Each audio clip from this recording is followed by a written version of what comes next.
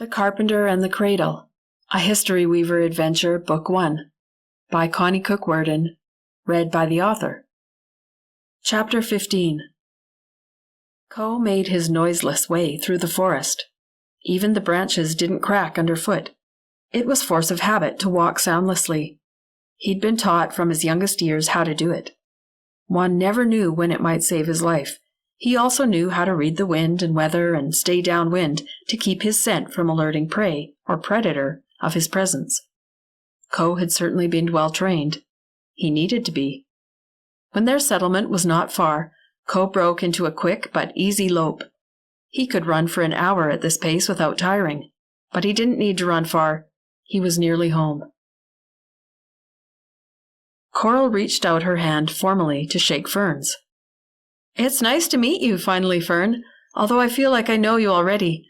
June and July have talked a lot about you. I guess I've only seen July once before, so they couldn't have told me all that much, but they talked a lot about you that once." Coral laughed. "I've been looking forward to meeting you." Fern shook her hand shyly. It seemed strange for girls their age to shake hands like full-grown adults. She didn't know what to answer Coral, who was obviously far more outgoing than she was. "It's nice to meet you, too," she finally mumbled, looking at the ground as soon as she had the words out. "Your friends tell me you're musical," Caroline Lyons said. She had left her renovating tasks behind for the moment to come and meet the Eagles twins' best friend. "I play piano and violin. I've taken piano lessons since I was 3 and violin since I was 5, Fern volunteered awkwardly.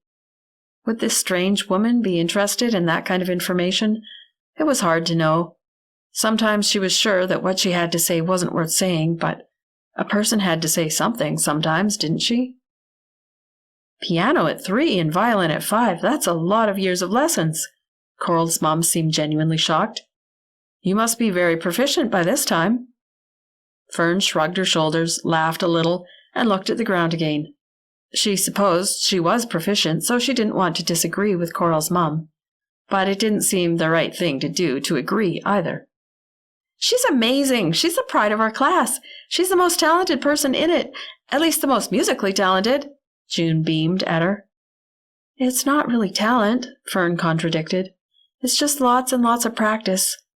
Not that I'm very dedicated," she hastened to add. "It's my mom who makes sure I do the practicing every day." "It's hard work and talent both," July said decisively. "Fern's just being modest.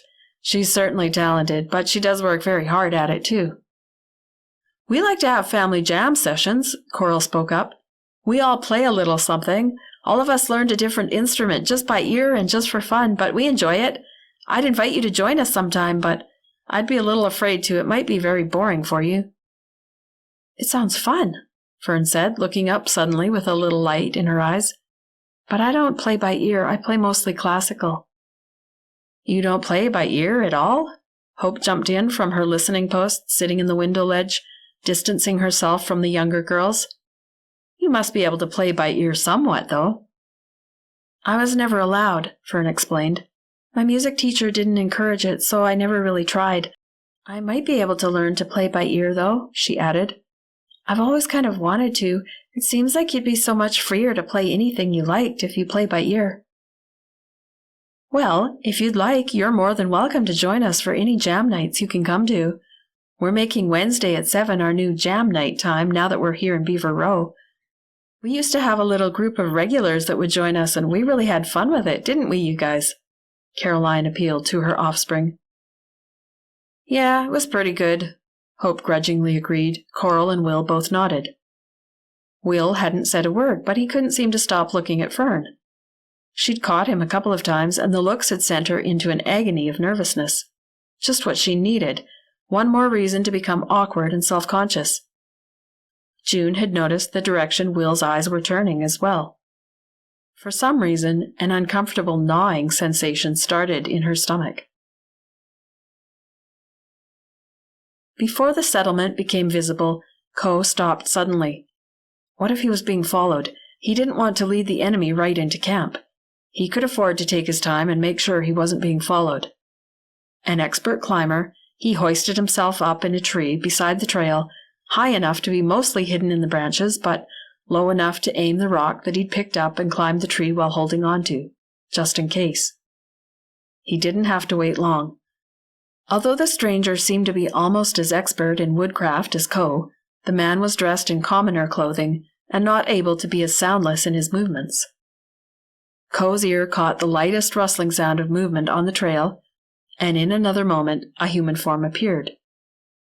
The raven-haired ponytail and clothing told Ko exactly who was following him, even though he couldn't see the man's face.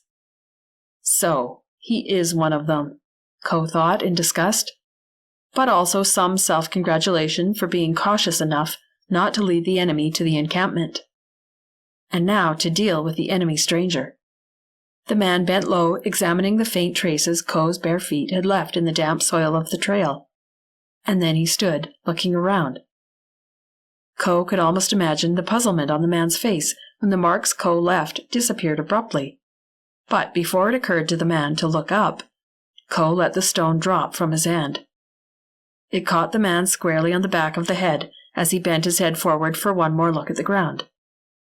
The man folded helplessly and fell face down in the dirt of the trail, unmoving after the fall. Ko imagined something similar had been the technique that had left him with the painful bump on the back of his head that had knocked him out the day before. He felt a moment of guilt at doing the same thing to anyone else, but he scolded himself and quickly replaced the feeling with the thought, "Ha! Serves him right. Now he'll know how it feels." He scurried down the tree, hoping he hadn't miscalculated the height of the drop and killed the man instead of just rendering him unconscious. He didn't know how much force it would take to knock a man out, so he'd climbed higher than he thought he might need to. Hopefully he hadn't climbed too high. He quickly rolled the man over to check that he was still breathing.